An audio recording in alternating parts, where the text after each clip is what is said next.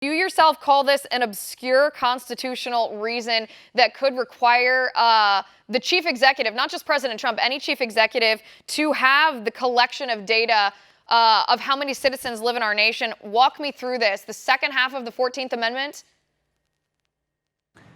Yeah, so it's funny. The 14th Amendment is probably the most frequently invoked amendment for constitutional litigation in general.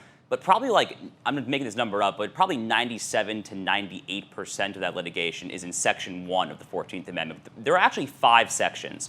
Section 1 involves all the clauses that people are familiar with. It's the Equal Protection Clause, the Due Process Clause, all the clauses that you hear about at home, the big 14th Amendment cases, your Roe v. Wade, your Obergefell, that's all Section 1 litigation. But there's actually 5 sections, and Section 2 is just as legally effective as Section 1 by definition. It was ratified by the Congress. It is part of our Constitution.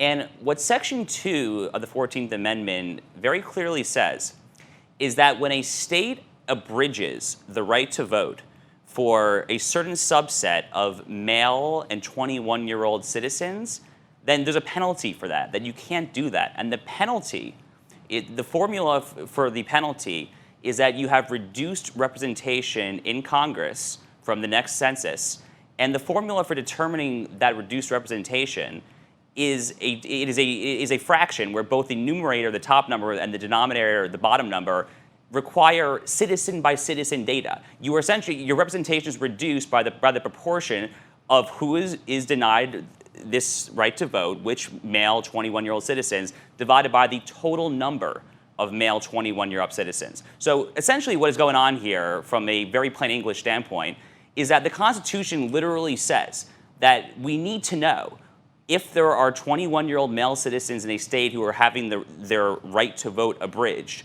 And the word shall is used there. In lawyer world, the word shall means the same thing that it means in plain English world. It is a direct affirmative mandate.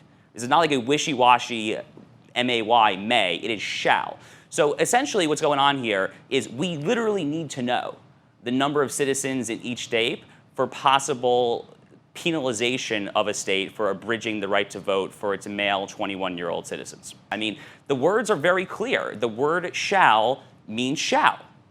It is an affirmative obligation that the federal government have this data. So what Trump should do is actually very straightforward. I hope his lawyers are watching this. All you need to do is issue an executive order, literally invoking Section 2 of the 14th Amendment and saying that pursuant to the constitutional authority invested in President Donald Trump of the United States, I hereby am requiring that citizenship data be included in the next census. It's really that simple.